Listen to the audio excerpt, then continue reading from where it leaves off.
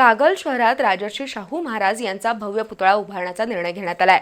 6 मे रोजी पुतळ्याचं कागलमध्ये आगमन होणार असून राजर्षी शाहू महाराजांच्या विचाराला साजेशी भव्य आणि शिस्तबद्ध मिरवणूक काढली जाणार आहे।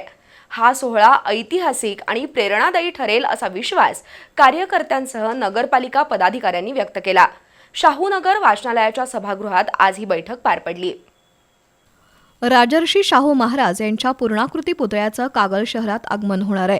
त्या पार्श्वभूमीवर नियोजन बैठक पार पडली। नगराध्यक्षा सविता माने यांच्या अध्यक्षतेखाली बैठक झाली। राजर्षी शाहू महाराजांच्या पुतळ्याच्या चबुतऱ्याचं काम पूर्ण झालंय। तसंच पुतळा उभारणीसाठीच्या सर्व शासकीय परवानग्या मिळाल्याचं मुख्याधिकारी अजय पाटणकर यांनी बैठकीत सांगितलं। तर जगभरात राजर्षी शाहूंच्या विचाराची लोक आहेत, त्यामुळे त्यांच्या विचाराला साजेशी मिरवणूक काढूया असं जिल्हा बँकेचे संचालक प्रताप उर्फ भैया माने, नगराध्यक्षा सविता माने, माजी नगराध्यक्ष प्रकाश काडेकर, अजित कांबळे, उपनगराध्यक्ष जयवंत रावण, नितीन काळबर, इंद्रजित घाटगे, शिवाजी माळकर यांनी सांगितलं।